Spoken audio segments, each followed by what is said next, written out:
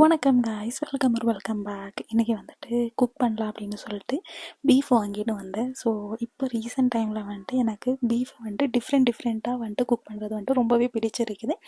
இன்றைக்கி வந்துட்டு என் ஃப்ரெண்டு வரேன்னு சொல்லியிருந்தாங்க. ஸோ அவங்களுக்காக பீஃப் சமைச்சுட்டு இருக்கிறேன். ஓகேங்களா, இது வந்துட்டு ஒரு குட்டியோண்டு மினி விலாக் அண்ட் இதோட ஃபுல் ஃப்ளெஜ் வீடியோ நம்ம சேனலில் நான் ஆல்ரெடி போட்டிருப்பேன். நீங்கள் அதை செக் பண்ணி பார்க்கலன்னா செக் பண்ணி பாருங்கள்.